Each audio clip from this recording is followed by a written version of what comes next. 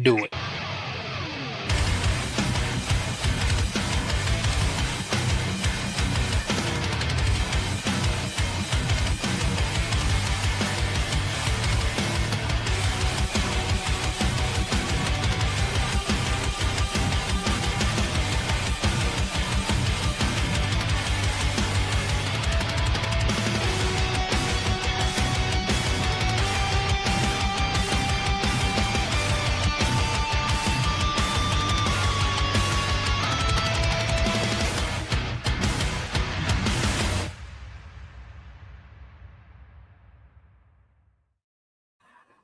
Hey, it's Thursday. It's Super Moon Thursday. Supermoon. Supermoon.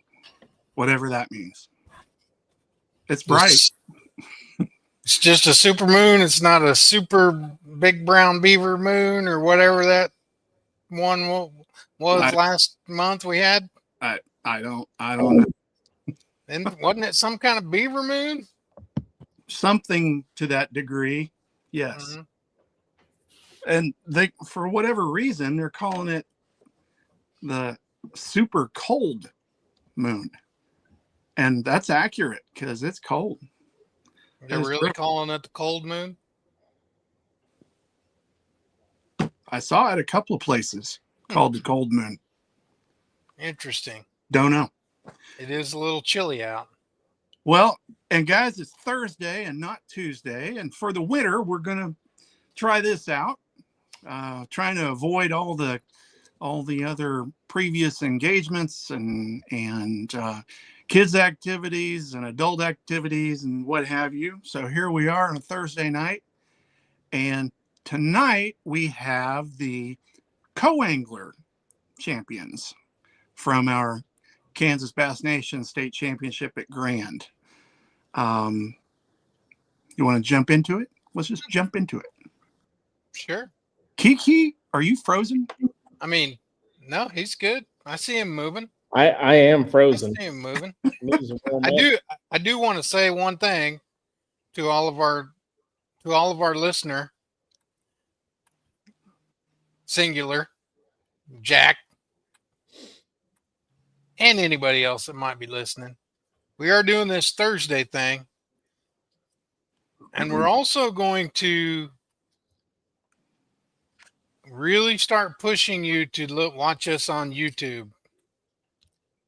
So we're not going to cut you off right away. Like we're not going to do this like next week where you got to all join, but try to get in the habit of watching us on YouTube and getting the notifications. And Danny's going to post some little shorts on there, and I'm going to post some shorts on there, and shorts? Kiki's going to post some shorts on there. Yes. Eventually.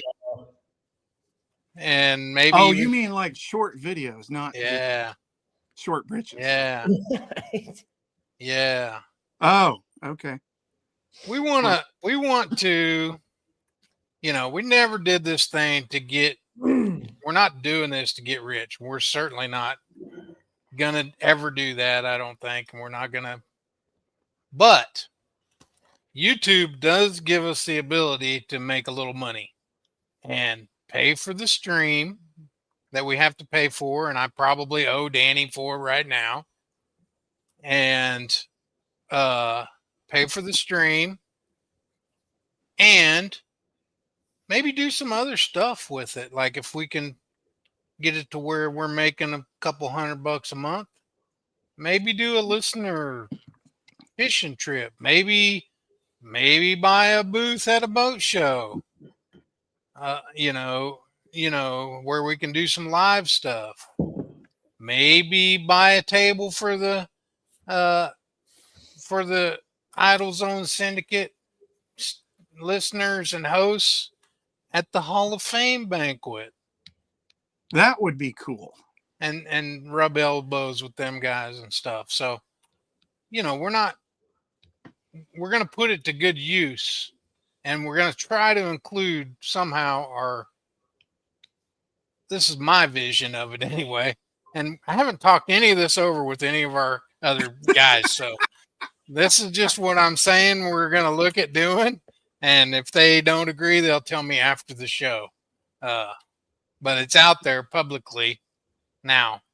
So try to get in the habit of watching on YouTube, like and subscribe.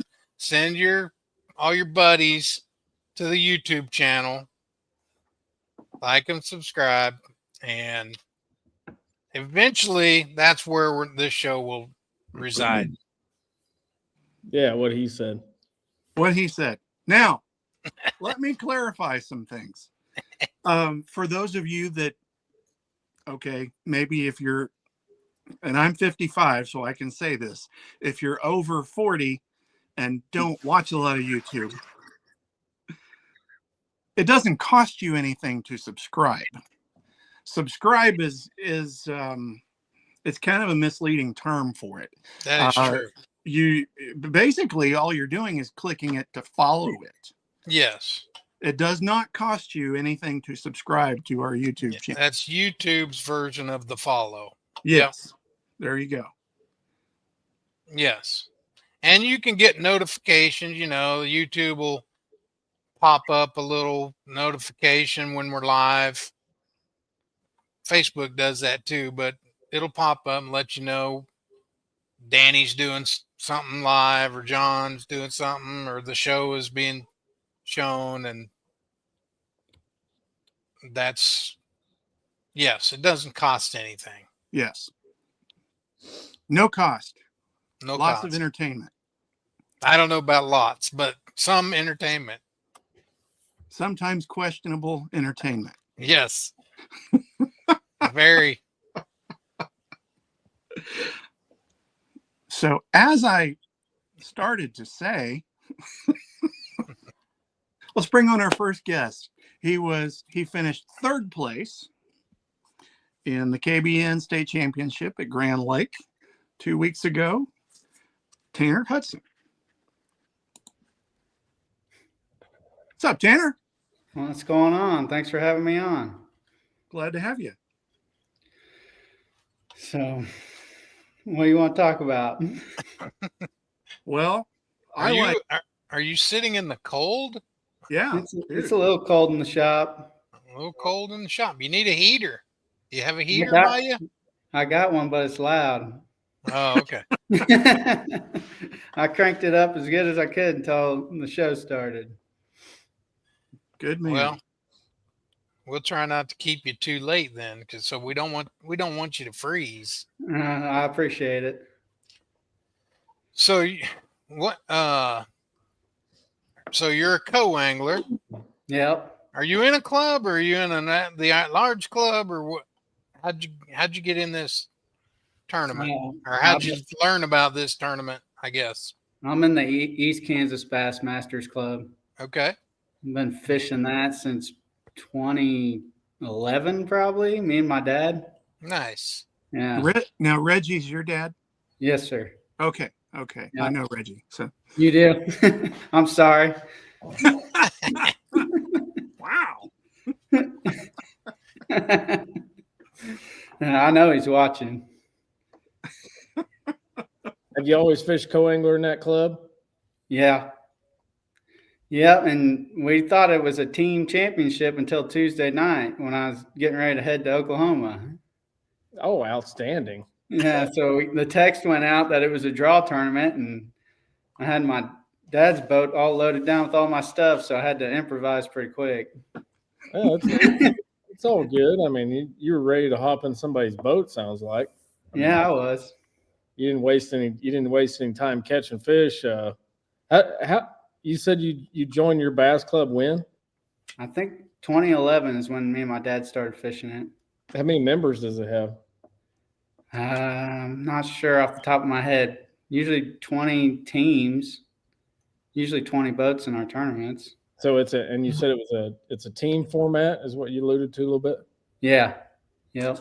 So is it one of those deals where you get to fish with somebody different, or you fish with the same person? Same person. Okay. Me and my dad have been fishing as a team for the whole time. Nice. Yep. Makes a Makes a fun day. How many tournaments you guys have a year? I I'm gonna say 8 to 10 a year. Oh, wow. Yeah. So now Grand's your favorite lake? Is that the first time you've been there? Or? It's probably the third time. Oh, nice. Yeah. I'm beginning to like it a lot. I want to fish it more. So I'm going to keep asking dumb questions. Where's the East Kansas Bassmasters out of? Where are they from? Basically, Kansas City. Oh, okay. Yeah. South of Kansas City, Olathe, Kansas, Gardner, Kansas. How far do you guys travel around? You fish the same lake over and over again? They usually change the schedule up pretty good every year. What lakes are generally on your guys's list? Usually Lacing Lake. We fish a lot of those Missouri lakes too. Stockton, Palmy, Lake of the Ozarks, Truman. And then some Kansas lakes, Melbourne, Clinton, Perry, and Milford. We haven't been out west in a while. If you went to Milford, you were out west. Yeah, that was 10 years ago probably. But yeah, we've been out there before. Anything past Fredonia is west. Wow. Right. Way Yeah. west. We haven't fished Wilson in years, but we fished Wilson before. Out Is in that the middle of a about windmill farm. which one's the one that everybody brags about that's always comes up on the KBN schedule, Danny? Is that Wilson or Milford? Well, it would not be Milford. I don't It really. would be If any, the last few years. I'm gonna bite my tongue. The last few years. Corps of Engineers has been spraying all the shoreline vegetation in Wilson for 3 straight years. Good. Yeah, that's great. That's awesome. I mean, it's just plain sand. Looks like Keith Sebelius was on the top of the list there that you showed us. We could just hop, skip, and a jump out there, Kyle. Yeah, I Google Earth couldn't even find that lake. Norton. It's Colorado. That one's in Colorado. This is the truth, guys. Honest to goodness truth.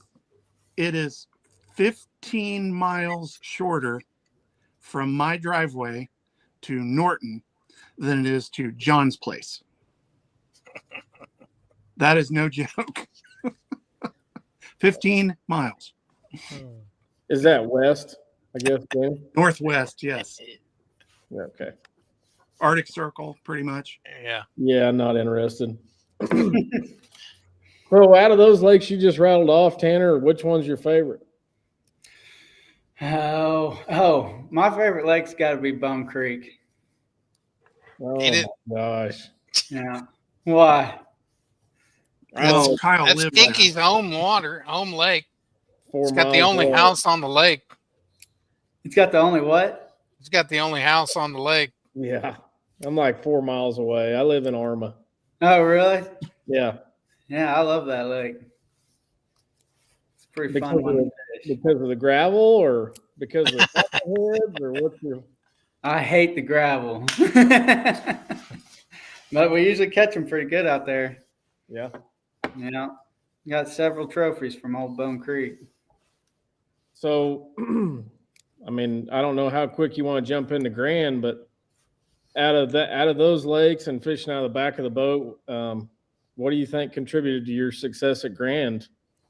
Was it just fishing out of the back of the boat most of the time with different guys? Was it the different lakes? Was it a culmination of both? Like, what do you think was one of the key contributing factors? I think that's first time I fished 3 days in a row, and that's the hardest I've fished 3 days in a row. But it was a grind. I just stayed at it and maybe moving out of my dad's boat and into somebody else's boat. I just took my key, confidence baits with me and just threw them all day and just stuck with that and ended up getting the fish I needed. Was it something different than what your boater was using, or you're lucky and draw somebody that puts you in your comfort zone? I was throwing different things than I always try to throw the different things than what the guy in the front's throwing. Okay. But Who was your partner each day? Or I had Hunter Baird the first day, and then I was sorry about that. he was fun to fish with, and then I was with Jared Miller for 2 days. Okay. Yeah. Jared showed me a couple things, but I won't give his secrets away. He supposedly already told all that last time. You're not going to talk about the old Ned rig, are you? Yeah, we had him on the show last week. Yeah, I didn't get a chance to watch it. Yeah, he was pretty upfront. He knew he had to be because I was watching you guys the whole time, so he couldn't lie too much. Well, was you like sitting across from Wolf Creek with binoculars, John, or what? No, what do you mean? No, he came. We ran into the same spots a couple times. Yeah. A couple times. I'm gonna have a Ned rig tied on a lot now. Yeah. Yep.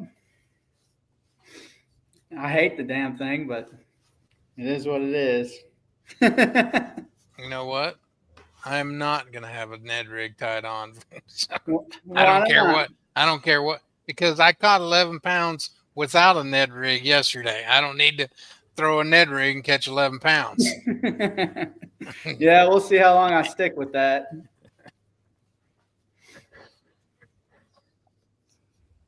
Continue, Kyle. I was reading the comments. Well, Talking about you shooting people. why you got to shoot at people? Yeah. Yeah. I haven't been. I was laughing because I haven't been to Bone Creek, and I don't know the last time I made a cast on Bone Creek, but I'd really care less to talk about it, to be honest with you. I remember. That might have been it. Last time we were there. Maybe. You live 4 miles from Bone Creek and you don't fish it?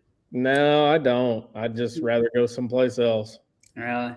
Yeah, it's, I don't know. Fished it too much, I guess, when I moved here. Yeah. Kind of got burned out on it. Makes sense.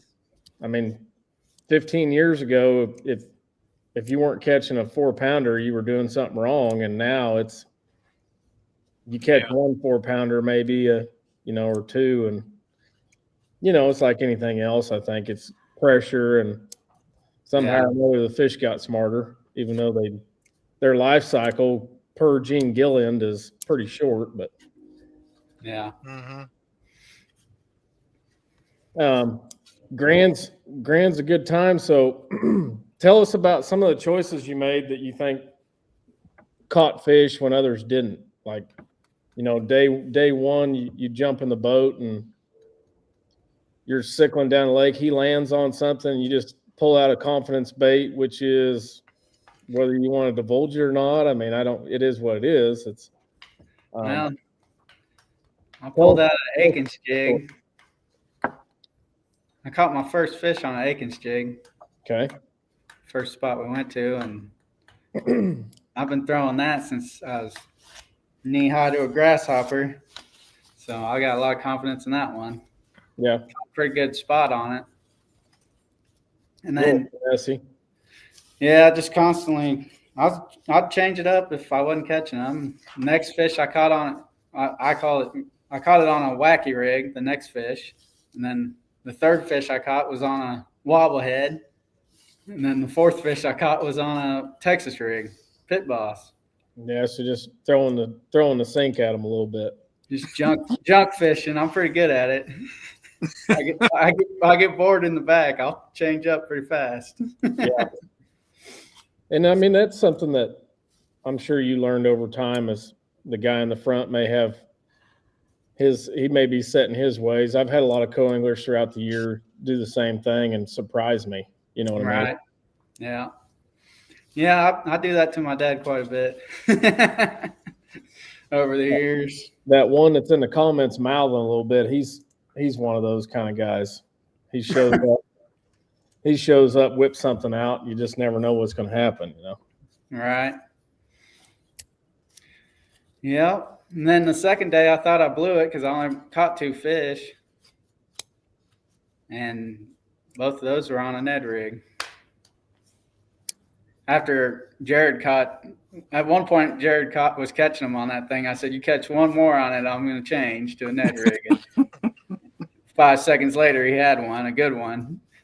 So threw their Ned rig the rest of the day and got my 2 keepers. I probably caught my 2 fish. I caught my second fish at 3 o'clock. But yeah, I thought I was out of it the second day. So you want to get into a little bit further detail on that Ned rig? Because I mean, I'm not afraid to throw a spinning rod, an 8-pound test and 10-pound test. Or are you more of a power Ned rig fisherman with a spinning rod, or are you using light line? Well, the second day I didn't have a spinning rod, and I just put it on my lightest line bait caster I had. So it was on 12-pound line, and then I brought my spinning rods on the third day. Yeah, you taught yourself a lesson a little bit. Mm-hmm. Yep. It's just a little bit easier to fish, in my opinion. I have in the past done the same thing you're talking about, but I feel like if you got a little bit more control, a little bit more feel of it with a spinning rod and stuff. You know? Yeah. I'm not a big fan of the spinning rod, but it's a pretty important tool to have in the boat. Man, when that technique came out, I mean, the guy that invented it was from Kansas or found it or whatever. And I don't know if he still does a log of his daily catches on that technique or not. He did for the longest time. Really? I think he pretty much catches fish on it year round, you know? Yeah.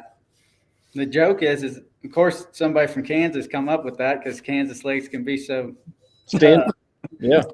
Somebody had to come up with something. That's why it's called a turd bait. Right. When the going gets tough, you know. Mm-hmm. Was there a specific way you were using that Ned rig to get bites? Were you soaking it? Were you dragging it? Were you hopping it? Dragging it. We're throwing it around a lot of brush. Yeah, that's enough. You don't need to get much more specific than that. Okay. I'm just slowly peeling away the layers. That's good. I would let him go as long as he can go on the Ned rig. That's about enough. Start getting into location and stuff. Now we need to. I wasn't too concerned about that. I'm just mainly interested in getting bit when you can't. Mm-hmm. I mean, that's a good deal.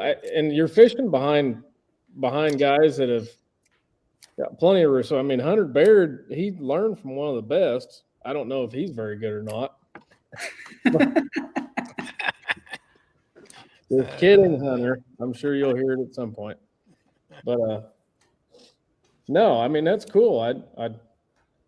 It's just an interesting topic. We don't get to talk about too much finesse stuff around here. John, all he wants to do is throw a tube, and that's finesse. 20-pound line is finesse fishing. Frank, he just wants to talk about them big old stinking glide baits things. So yeah, it's fun. Which is even heavier. Yeah. Yep. Well, let's give Tanner a break on the hot seat and bring in our second place man and grill him as long as you can grill him. Okay. It's your turn to grill. Go ahead. Yeah. What am I going to grill him? Sausage. I might ask him. Wow.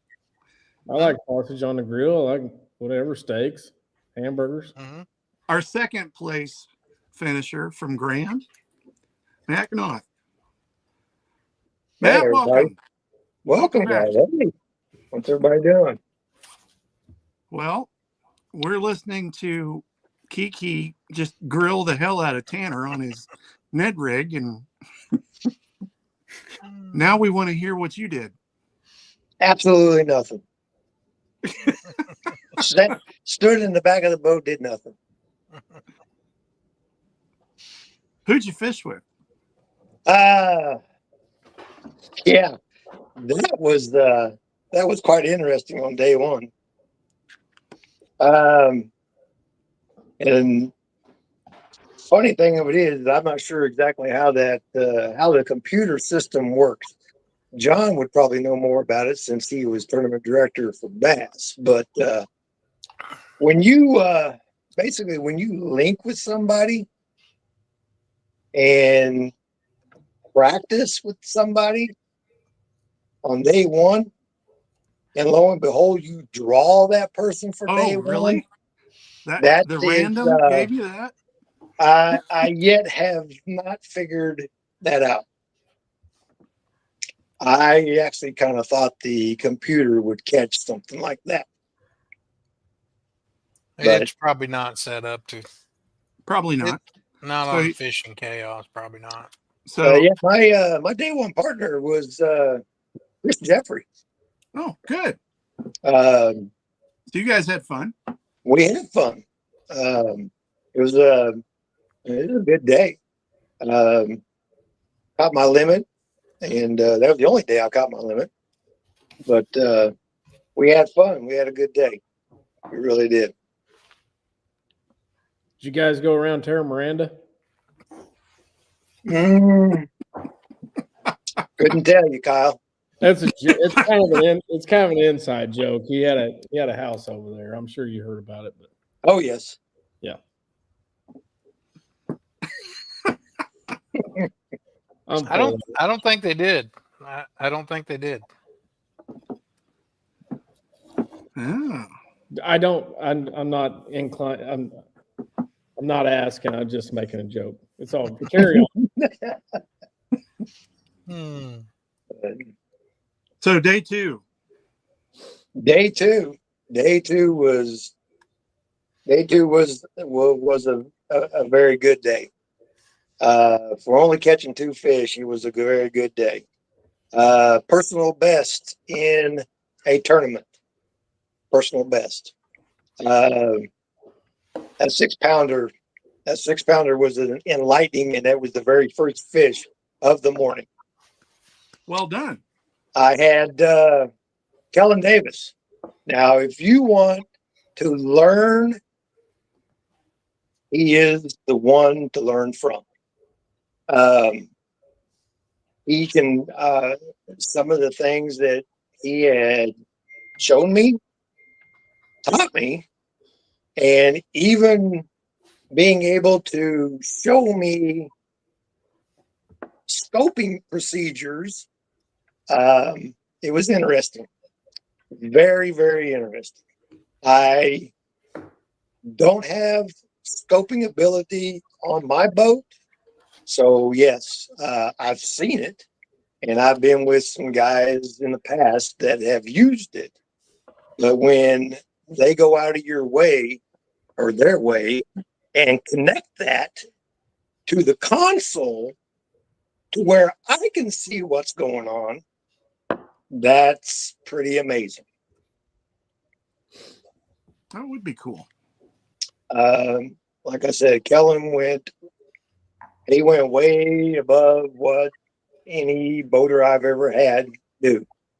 The whole guys, I mean, everybody that was there, and even the ones I didn't even fish with, great group of guys. We had, there was conversations before and after, and when everybody showed up. It was great to see, just to visit with everybody, get a chance to visit with quite a few of them, and just to get an idea of where they were from, what tournaments and stuff they've fished and stuff. It's been really, really interesting. So day three. Day three was Chris Johnson. After day two, I was leading it. Chris was leading it on the boater side. So for day three, always, the 1 and 1s went together, the 2 and 2s went together, and so on and so forth. So I go out with Chris, and of course, yeah, we didn't go very far, but but his style of fishing was right on. I mean, he was bringing him in the boat pretty quick, and it didn't take him long. I was struggling big time on day 1 or day 3. It wasn't what it was cracked up to be. I didn't really think, truthfully, I wouldn't even want to catch a fish, not even one. It was tough for me anyway. But it was the style that he caught his on. So I get it. I mean, I understand what he was doing. But 12:30 rolled around. I had no fish in the boat. Chris had already been starting to call fish. And I had thrown about everything that I had that I could think of to throw. Even changed out a few baits from time to time, just trying to figure something out. Because what I used on day 1 and 2 wasn't working on day 3. You'd catch some shorts. That was about the extent of what I was catching on day 3. And 12:30 rolled around, and thanks to Chris, he asked me, he said, he goes, I don't have the bait that I'm throwing. I said, but he goes, I got one like it. Do you want to try it? I said, I'll try anything. At this point, I'll try anything. So he gave me a bait. I tied it on. We kept going, fishing along. He's catching still some and still calling a few out, and still wasn't getting any bites. I think I ended up catching one small one again, short. I was like, well, it was more of a confidence builder on that particular bait, because up to that point, I wasn't catching anything. So if I got a short to bite it, I was thinking, okay, well, I'm just going to keep this kind of locked in hand, and we'll see what the day brings. So we're fishing along, everything. And on day 3, we had a 3:45 check-in time. And at 3:07, I catch the one and only keeper. Oh, goodness. What'd you catch it on? That was one of Chris's jigs. It was the bucktail. Little hair jig. Yep. Sweet. Yep. You were And throwing pork, I hope. With the pork frog on the back. America. Yeah. Right there. What'd you catch the big one on? Did you actually scope it up? No. Kellen was actually fishing, and we were on a ledge. I had the back end. He had the back end of the boat kind of on a ledge and across the flat. And he was throwing out in a little deeper water than what the flat was. And I had thrown a dredger crankbait across that flat. And I got bit. And she came in hard. I wasn't real sure what I had at first, but Kellen had caught his first, and his was about 4.5 off the front. And he's getting his in, and I'm 15 seconds behind him. And I get bit on that dredger. And it was on. I was like, I wasn't sure what I had. And Kellen's over there behind my back referee and said, oh, dude, you got a good one. You got a good one. And I'm like, he goes, I'm watching your pole. You got a good one. And I'm like, okay. So I'm trying to muscle her in, and she gets up to the boat, and I finally get to see her. She's about 10 foot from the boat, and she kind of surfaces a little bit. And I saw it, and I was like, oh my word. And Kellen was like, dude, that's a big one. So I was like, okay, so we're slowing down. We're trying to get it in, keep the line tight, getting it up to the boat. I was talking to the fish to keep her calm, trying to keep her down, doing the whole scenario, trying to get this thing in. And there was no way that you were going to boat flip this fish. No, that was out. So I'm down on my hands and knees. I'm hanging over the edge of the boat. I get my hand down in the water. I finally get her mouth open, and I bring her up. And you want to see it. I mean, the expression probably on my face was priceless. I think Kellen was more excited about it than I was at first. Did you do the Ike and Ellie? Oh, it was, well, it's actually kind of funny when you end up catching, and Kellen had actually mentioned this. We got the fish. He weighed the fish for me and put it in the live well. And it was like, it's kind of strange what will actually get two guys to hug. What? But I mean, we were fist bumping, high fiving, giving bear hugs, and it was like both of us caught the world record fish. I mean, it was just the excitement of the whole thing. And I get, we proceed to start fishing again. I've got the doggone shake so much in my hands, I can't even hold the rod.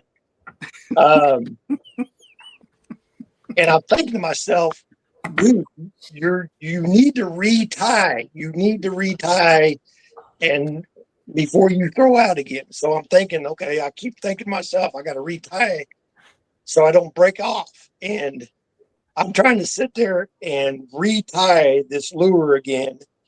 And it felt like days were going by, not minutes, days. The days were just passing because I couldn't tie this doggone lure back to my line because I was shaking so much. It took about 15 minutes for me to calm down. I told Kellen, I said, dude, this is my personal best. I said, I've never caught one this big in a tournament. So it was amazing. I was really shocked. That is awesome.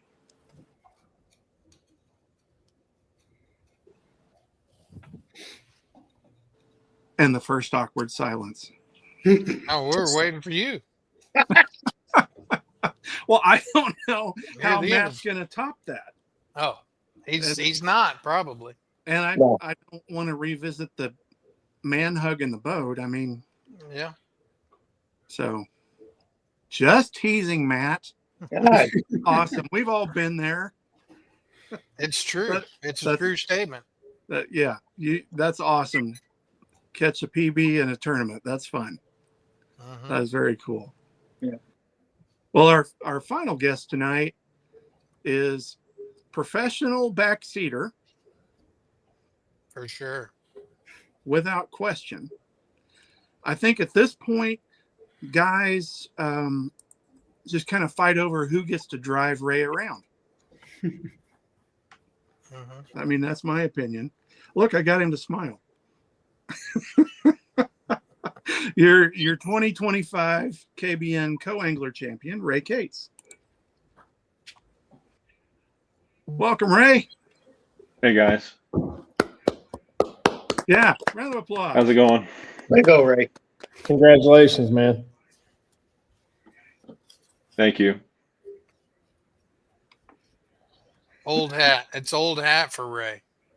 Yeah, it's like, oh, just another one. Just another BNC. Just another TBF. I've been on an every other year roll for the last few years. Yeah. What's that? Why is that? Why is that? What makes you a better non-boater than the other guy? Mm. A lot of luck. Can't explain it.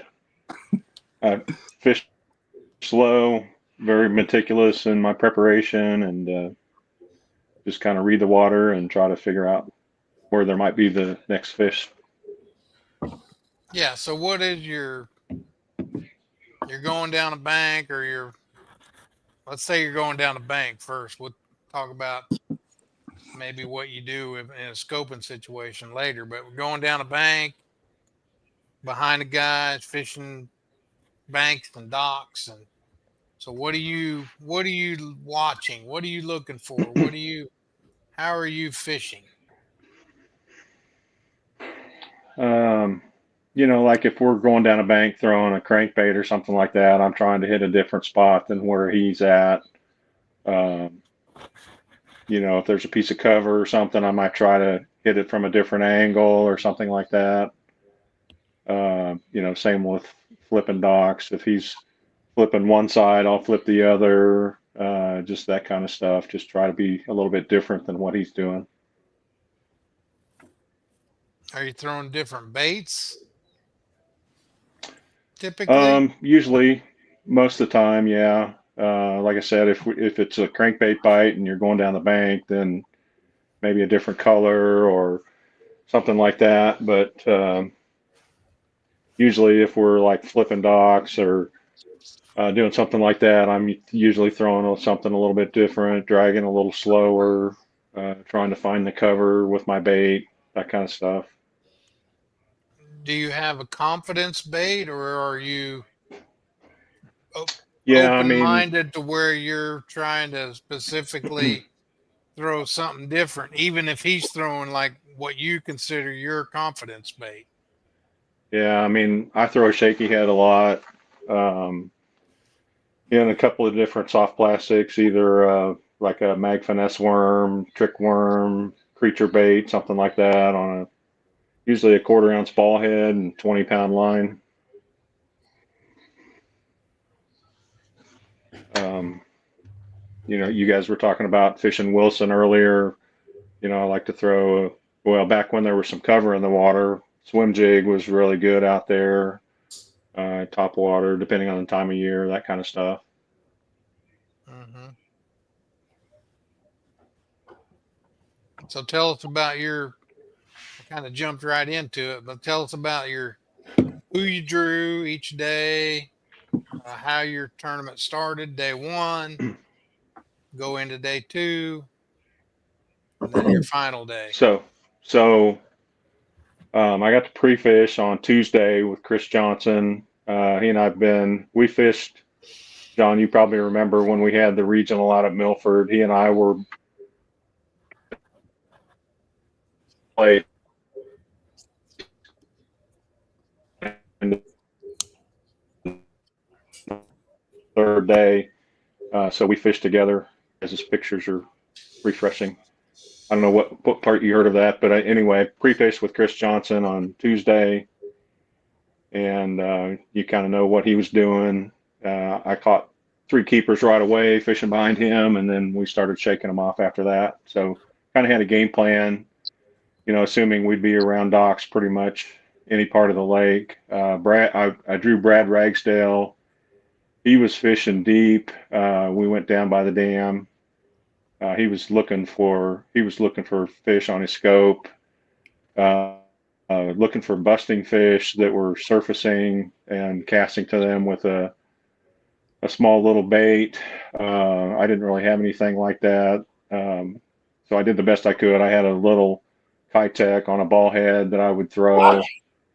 Caught a couple of short fish doing that, and then we ended up getting around some docks, and I was able to catch 2 keepers kind of early afternoon. We fished some more docks later in the day. I switched to a trick worm, caught my last keeper, my 3rd keeper, and then cold once with it like 30 minutes right before we had to head back. So didn't catch a ton of fish, just was able to squeak out a limit. I think I had a little over 6 pounds. I was in 4th place after the first day. Next day, I drew Travis, the guy from Louisiana.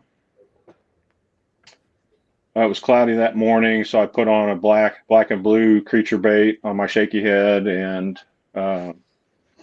he had also mentioned that he was throwing a crankbait a little bit. So we stopped on the sailboat bridge, and I caught a keeper on a rock crawler, just burning it past one of the pylons out there.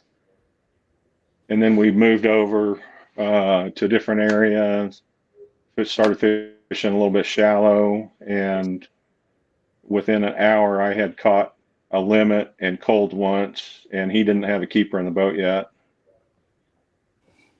So then we started fishing shallow, and we started flipping docks, and he started catching some better fish, and just it was a long day. We had the late check-in on Tuesday, fishing mostly backs of pockets, shallow docks and backs of pockets. Again, flipping that shaky head around, dragging it. And then on Friday, the last day, was fishing with Brandon. And you kind of know what he was doing, throwing that spinnerbait around. I was still trying to flip docks. It took me a long time to catch my first keeper. And then probably around 2 o'clock, I caught my second keeper. And then he had finished his limit and had coaled up to close to 20 pounds. And he gave me one of his used spinnerbaits. So I started throwing that around. I'd throw it for a little bit and get bored because I wasn't catching any fish on it. And then I'd pick up, flip some docks again. And then right near the end of the day, I threw that spinnerbait up shallow past the ends of some jet ski pontoons, and that Kentucky came out and ate it, and I got it in the boat. And I told him he was worried about his battery, so he started the engine just to let it idle to make sure that we were going to be able to get in. And I said, well, we can go in if you want, if you're worried. And he said, are you sure? And I said, yeah. And so we just came on in about 20 minutes early. But luckily, I fished clean all week. Didn't lose any fish that mattered, and had a limit all 3 days, and just had enough to take the lead. So Yep, about another awesome tournament by Ray Cates. Yeah, that's just So procedure. Thank you. So back in the day, when I was starting out, if I did what you do, guys they would be demanding that I become a boater. Do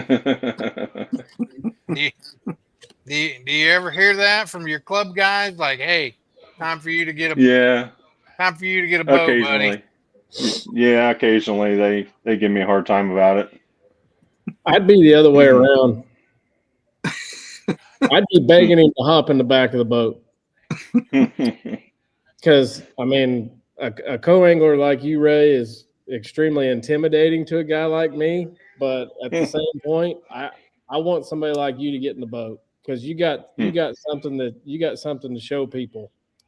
I mean, you definitely have a gift to catch fish behind good people. Yeah. Mm-hmm. Thanks. Kudos to you, man. Yeah. Thank you. Do you have that desire to be a boater, or are you content being a non-boater?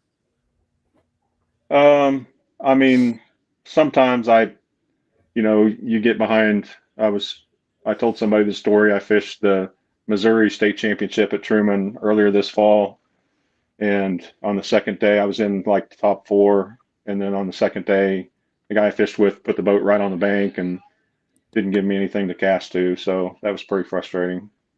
Yeah, and it can't. He only had 1 or 2 keepers the first day and was completely out of it. So, why is he trying to front end me like that?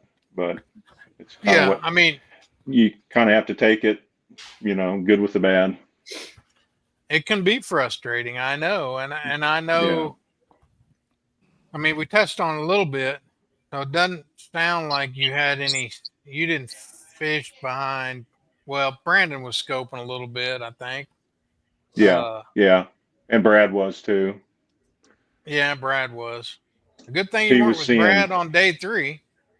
Yeah, no kidding. I felt bad for him. Yeah, me Yeah, too. because they called us. He called Brandon about 3:15 and said, "Hey, can you come get my co-angler?" And I said, "We'll do whatever we need to do." And I hadn't caught my third keeper yet, and then he looked at the clock and said, "I don't have time to get there and get back, so I'm sorry." Yeah. Anyway, back to what we were talking about. You know, it can be frustrating, like if you're behind a guy that's scoping, and I told I told Dennis Buck, who's watching this, that my style of fishing isn't much better than being behind a scoper. Yeah, You know, when I'm catching fish tight to the bank or tight up behind the docks or whatever, I know it can be frustrating for the co-angler. yeah, And I'd like to think that if I didn't catch any fish on day one, if I wasn't in the running or anything, that I wouldn't do that to a co-angler, but uh, I wouldn't, maybe I'd back off a little bit, but that's hard to say. yeah, You know, yeah. I And I didn't, don't mind if go ahead. no, you go ahead. I was just going to say, I've been with guys before that, like what you're talking about, fishing boat docks and stuff like that. But for me, when they're doing that fishing boat docks, I'm casting, I might even cast to the same spot, but I'm hitting it from a different angle or dragging it a little bit further away, trying to find a piece of brush or something. Hmm. Um, you know, Once they turn the boat, then I can hit it from a different angle, that kind of stuff. Yeah. Have you have you always been a co-angler, Ray? How long have you fished? Um, when I was in college there, Pittsburgh, I was in a little local community bass club down there. We fished Stockton mostly at the time. That was back in the mid 80s. And then in 2009, my son was getting into fishing. He'd fished some of the youth stuff through I think it was KBN at the time, and he was eat up with it. So we joined Leavenworth, both as co-anglers, and started fishing the club in 2009. And then he went to school at K-State, and we got a boat for him, and he started fishing then. And then I just stayed in the club fishing as a co-angler. And that was Garrett, right? Yeah. Okay. Yeah, I remember that name. Can't remember if that was a. I think he fished the regional one year at Gunnersville with you guys. Okay. Yeah. I remember that then. Hmm. Yeah, I think he overslept one of the days. Was that him? John probably remembers that.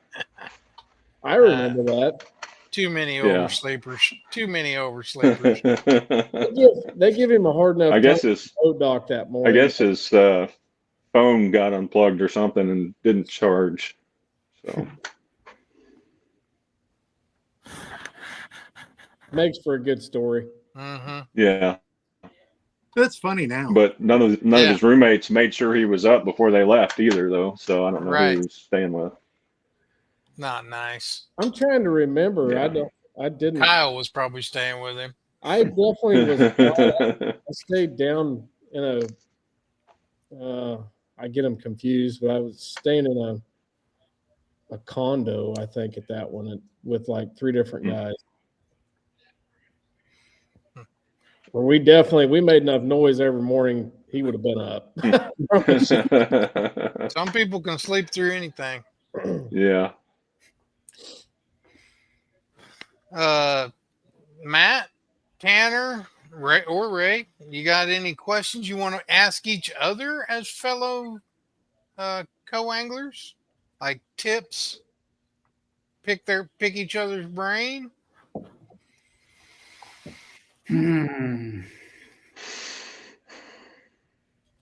I can't think of anything. Wow. Well, how about maybe there's somebody watching that's interested in getting involved, and they're going to be a backseater. Maybe one good tip from each of you for a potential new co-angler. Ray, go ahead. Lead us off. I'd say my biggest thing is just staying organized, knowing where, like I carry a backpack that's got all my terminal tackle and any hard baits. And then I carry a separate bag, usually with soft plastics. Just kind of knowing what you have and where it's at and how to get to it quickly. So you're the most efficient you can be when you're on the water. It's a good one. Matt, what you got? Pretty much kind of what Ray said. The ones getting started, dude, bring a variety of things. Like Ray said, keep it organized so you know where it's at and you can get to it quickly. There will be times you're going to do a lot of changing baits, so your organization is very key, because you don't want to be losing time trying to shuffle through a bunch of tackle, trying to figure out where did I put that bait? Where did I put that bait? Learn from your boater. There are several boaters that are willing to teach. And you can learn a lot from every single one of them, no matter if you're having a good day or a bad day. Tanner? Oh, pay attention to the boater if he catches one in front of you. Did he catch it off the end of that lay down? Did he catch it up close to the bank? Where exactly did he catch that fish at? I learned keep at least one spinner out in your arsenal, and I would say practice landing fish in the boat without a net, because my landings were pretty ugly over the tournament. Amen. Yeah, I wasn't prepared for that. Amen.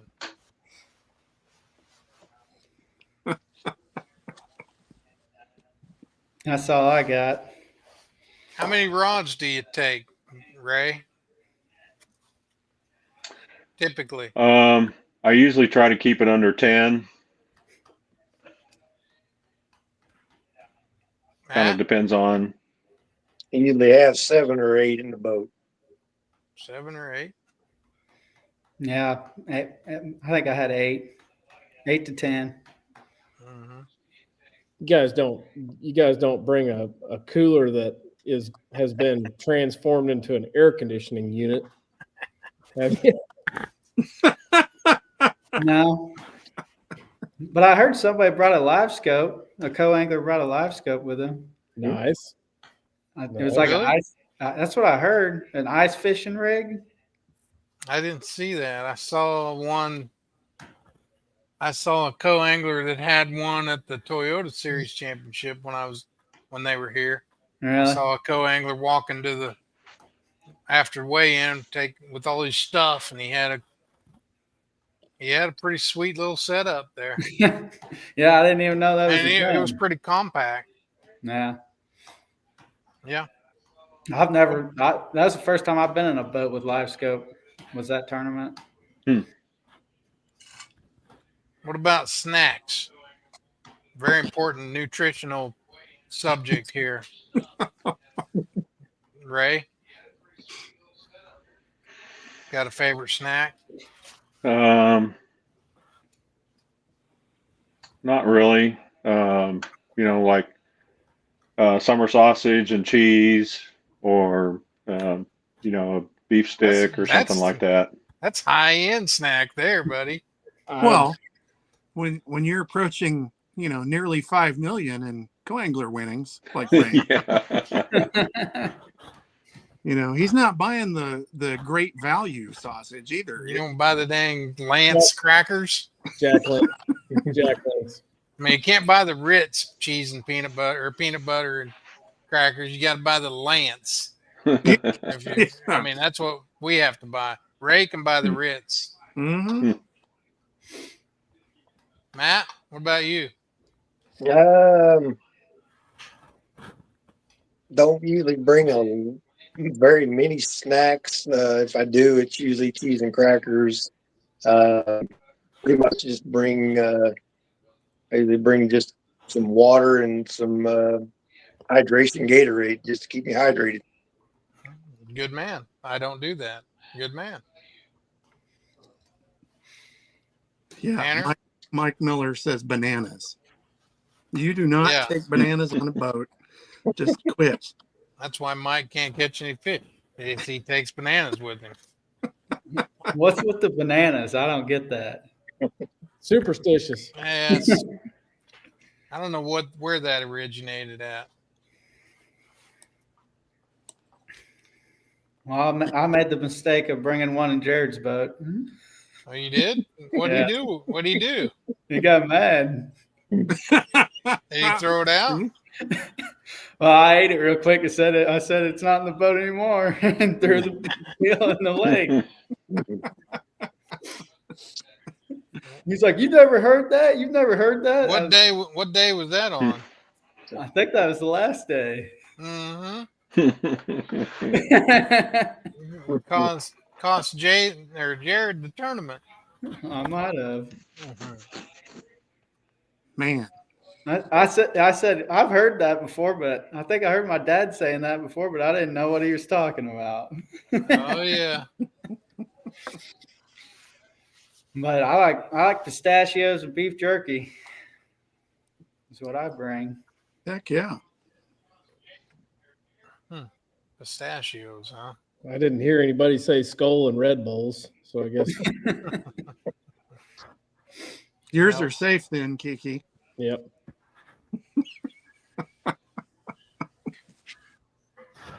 So you all are moving on to the nation championship. Yep. At Hartwell, I believe. Is that correct? Yeah. Ray, have you been there before? Never been to Hartwell,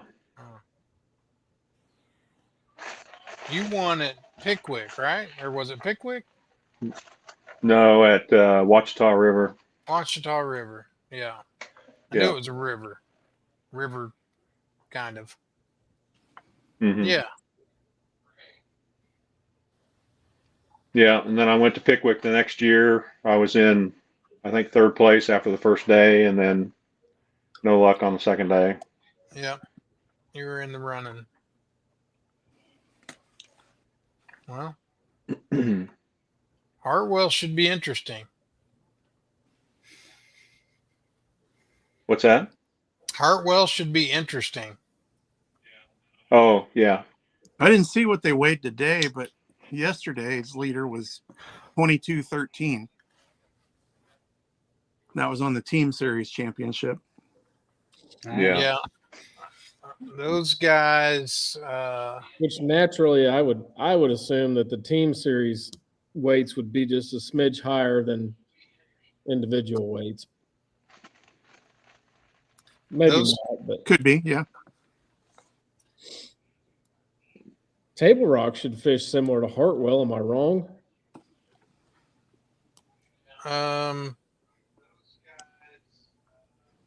And from what I could tell, Hartwell, it's a Highland reservoir in it. Spotted bass, got timber in it. Yeah. I mean, yeah, it's a little different, but yeah. I think they catch a lot of fish out of the cane piles, which is basically brush I've heard of piles. that. It's basically brush piles made out of cane poles, like the sugar cane, or Mm-hmm. You think we're gonna need spinning rods? Oh yes. I mean, I wouldn't have one out, but go ahead. No You- bananas. I You mean, better take take a a spinning personal live scope banana. too. I mean, I don't. Better take mean, your yes. personal live scope. I mean, Will Davis was throwing a big jig, so when he won, He was scoping them too, wasn't he? huh? He was scoping them Fishing too. the cane piles.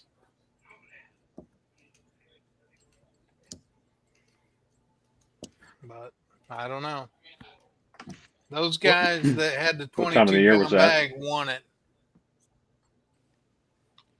They had John, 50, was that in October, November when he won? probably November, It was it was October. end of October. Hmm.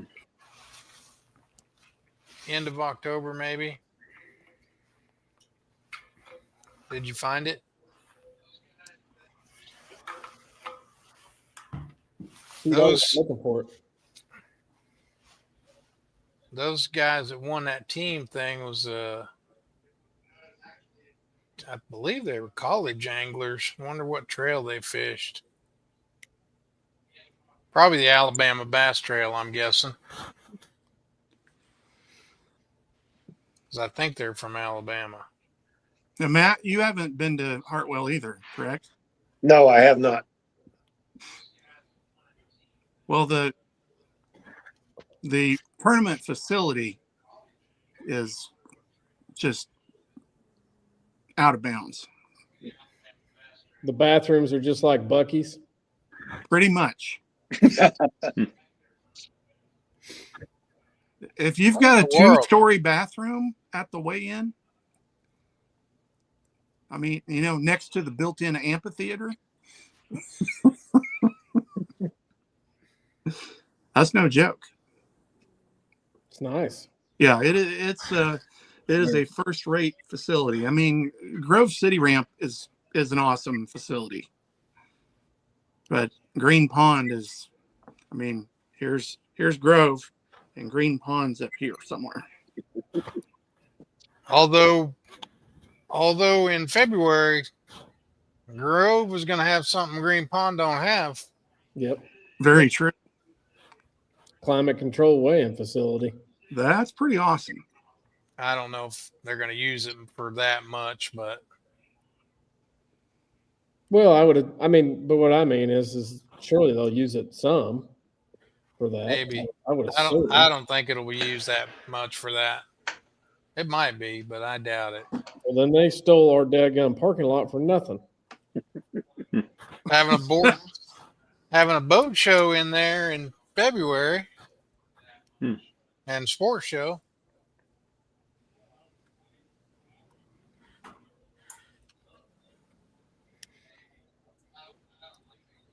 Yeah, Five Alive Club is from that area, Devin.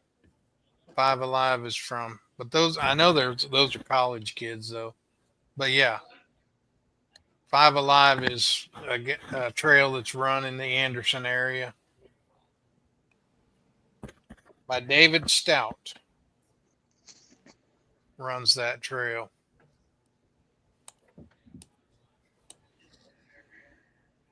Ray, I don't know if I heard you say or not. Was that one of the first times you fished Grand, or had you been down there before?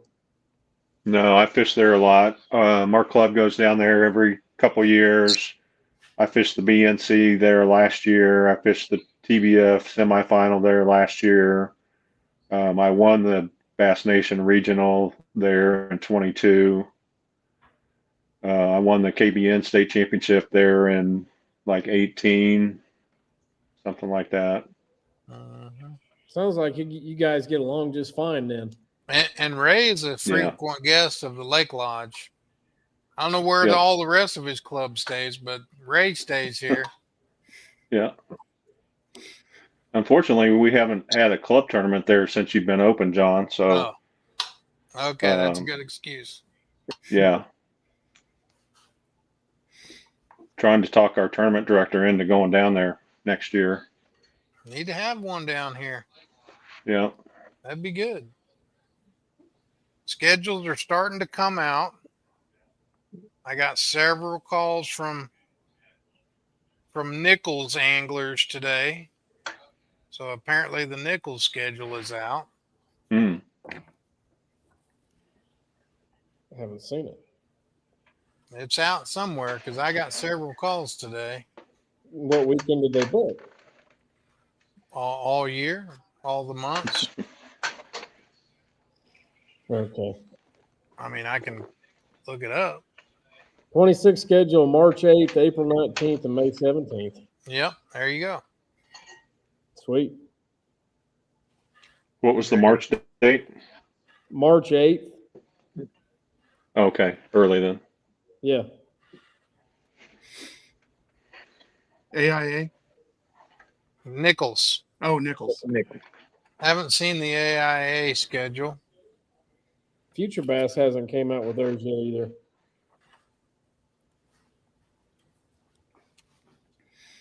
Still waiting. Yep.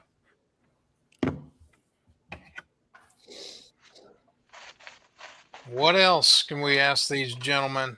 Favorite place to eat in Grove? Oh,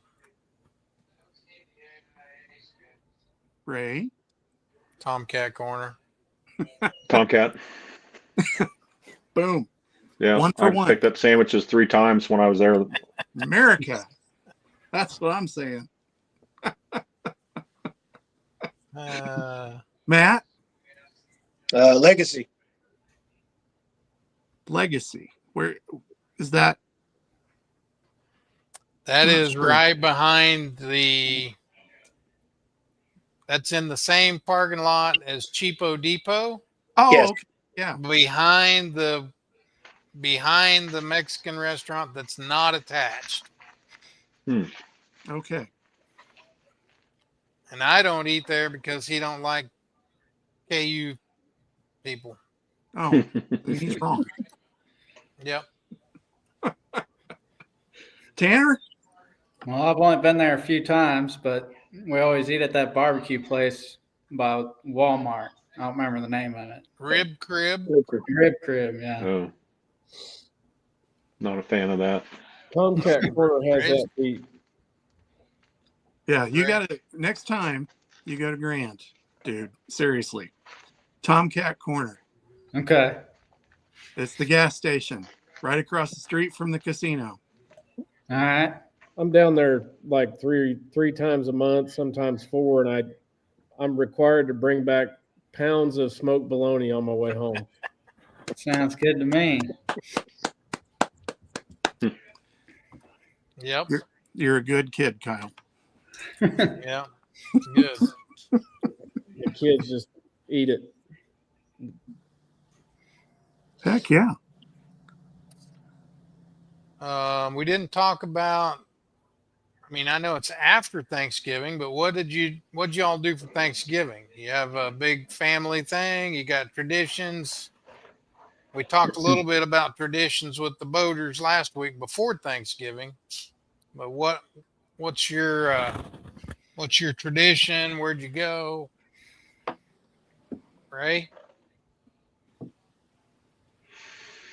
So on Thanksgiving Day, we had lunch at my daughter's house. It's usually my kids and my family get together, and then on Saturday after, we went to my brother's house, had lunch with my side of the family, my brother and sister, and all those relatives.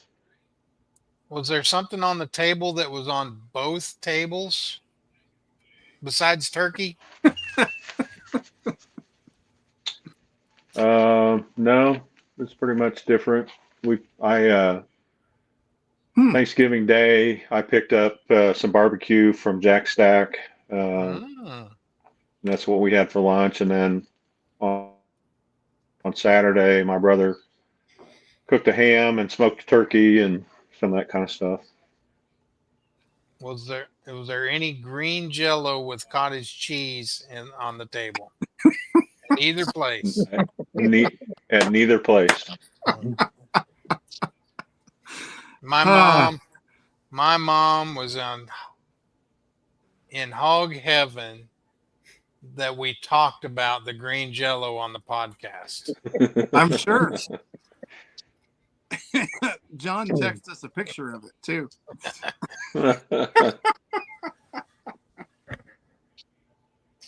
Matt? I ended up going to Ellen's mom's house for Thanksgiving. Had everybody over. Traditional turkey. What'd you have?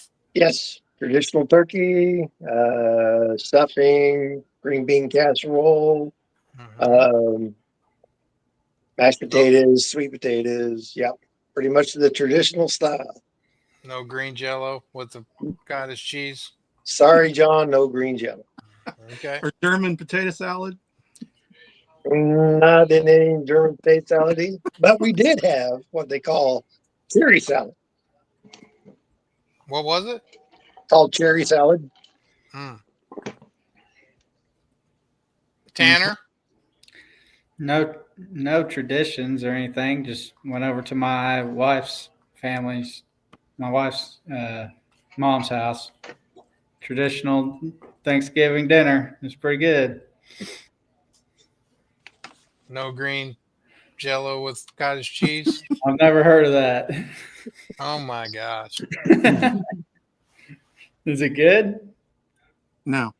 I mean, I eat it because my mom. He has to. It's not bad. I mean, it's not bad, but it's not the first thing I put on my plate, and I don't go back for seconds. So my We mom. played Family Feud on Thanksgiving. Oh, there you go. That's fun. Yeah. Yeah. What were you saying, Danny? Oh, I was going to say my mom used to make green jello with pears in it, pear halves. Okay. I don't know. I mean, I was probably, 10 or 11. And I said, how come you only make that at holidays? And she said something to the effect of, well, you guys wouldn't eat it any other time, would you? I said, no. And then she said, well, then it's special. And I'm like, okay, whatever. That's why. Yeah. It's kind of like That's why. cottage cheese and green jello. See, we're a little bit random. Yep. And when it's a super moon, we're exceptionally random, or at least I am. Mm-hmm. I mean, when you have Bigfoot looking over your shoulder at all times.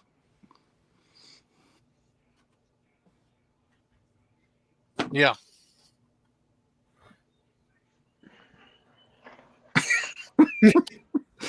They're just, God, what are they going to say next?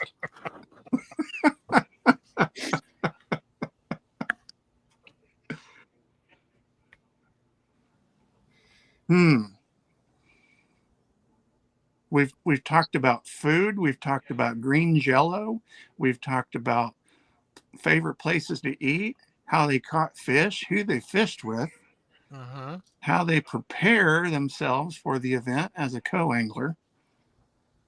Talked about Hartwell. I think you need a bunch of clutch darters to go to Hartwell. Maybe. Why do you think that? The clutch darter was developed for Hartwell and Kiwi and those lakes with the blueback herring. No, I didn't even know that. Yeah. That kid that started Clutch Swim Baits was in our club. Used to fish our club. Mm-hmm. Josh. Mm-hmm. Yeah. Devin, would you be quiet? Not in November. I mean, come on. I can't see the comments. What's he saying? Not in November on the darters. Yeah, he says no darters in November. I'm trying to sell swim baits over here. I don't know what Devin's talking about. Oh, well, he's a guide on Hartwell, you know. Well, yeah. I think he fished the nation championship there a few years ago. Was that 20? one, Devin? No, it would have been 2020, I think, 19 or 20, I think. Oh, maybe it was, 19. Caleb Summerall. 19. 2019. There you go. Caleb Summerall. It was the one I should have went to, but there was 3 Kansas guys in the top 7 at the regional. Mm-hmm. Dang it. Yeah. Yeah, that was the Gunnersville regional. Yeah, that's a bummer. It says something about Kansas, I guess. Well, sure. What? The state team that year was tough, bub. What place did we all? Did you win that year? I had big bass the last day.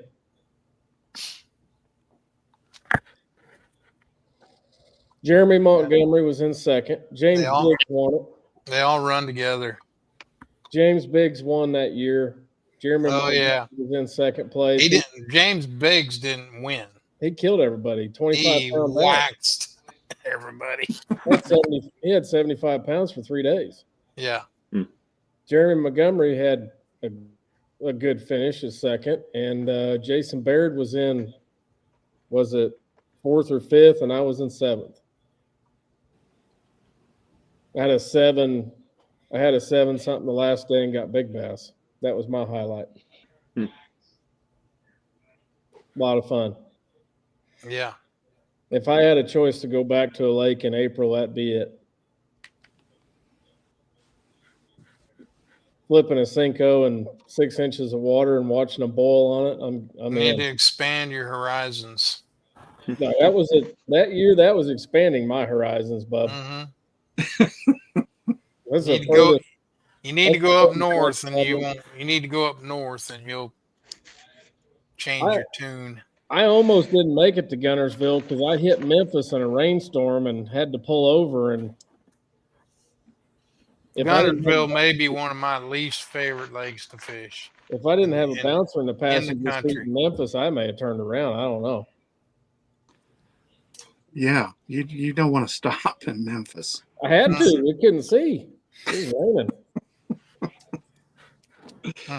raining. Mm-hmm.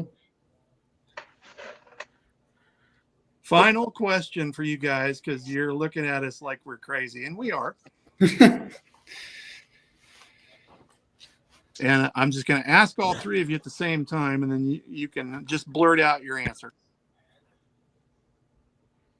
Favorite place to stop when traveling? And that can be snack place, a sit-down restaurant, tourist trap. But you're driving down the highway and you see the sign. Where are you pulling over? Ray? I'd say the last few years it's Buc-ee's. Yep. I don't like to stop when I'm traveling. I'm a lot that way too. I like to get somewhere before we. If I'm by myself, I bring a loaf of bread and some meat and cheese and just throw a sandwich together and only stop for gas. But if I'm driving by a Bass Pro or something, I'll stop in there. Well, yeah, that's different. I mean, that's important. Yeah. They might have different stuff there. Right. Matt? It'd be Buc-ee's. Buc-ee's America. They're Buc-ee's. building one in KC, aren't they? Yes. Yes. Out by the racetrack. Cool. Nothing like it. Is Buc-ee's. all 3 of you guys from that area up there? Yeah. Yeah. I live in Overland Park. Did they have, like, instead of the Christmas parade, they had like the Co Angler Bass Nation parade for you guys when you got back to the house? Nope. You'd Well, think they would. They got all this money. It's budgeted money for parades that they're not going to spend this year. You know? Oh, here we go. Okay. Well, they're worried about an offensive tackle for the Chiefs. They're trying to get that figured out. Well, they need to quit bringing back the ones that stink and that move every time and on every play. Okay. You guys see where this is going, so. And let's see. I may have to just mute John. Oh, we lost John. Darn it.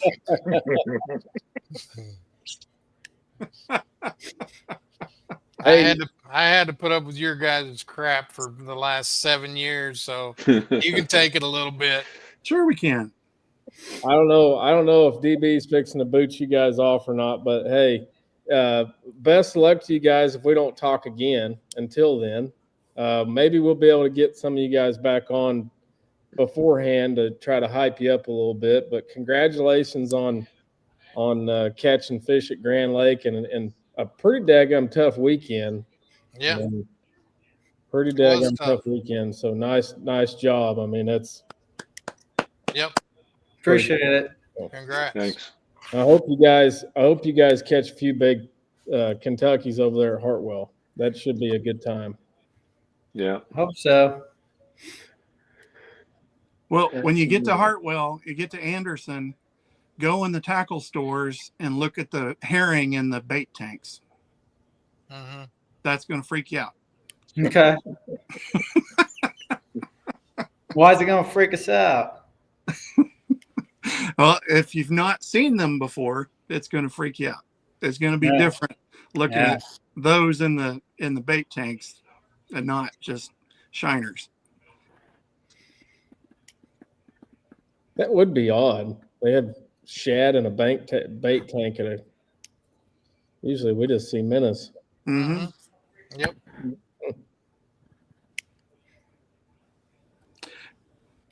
Well, we've hit our second awkward pause. Guys, thanks for watching. It's been a great show. Congrats to Ray and Matt and Tanner. And we'll look forward to watching them travel to Hartwell next fall and represent us. Remember, we're on Thursday nights now. Check us out on YouTube, like and subscribe. It doesn't cost anything. Free of charge. Free entertainment like this. I And mean, if how can you go wrong? And if you order now, we'll throw in an extra. We'll bring on Kyle Crank next time. There you go. Ray, good luck this weekend. Thank you. Matt, peace, yo. Thank you. Tanner, go warm up. Turn the heater back on, man. All right, I will. Thanks for having me on. You Merry betcha. Christmas, guys. Thanks, Merry guys. Christmas. Yeah. Thanks. You too. Merry Christmas. And we're out.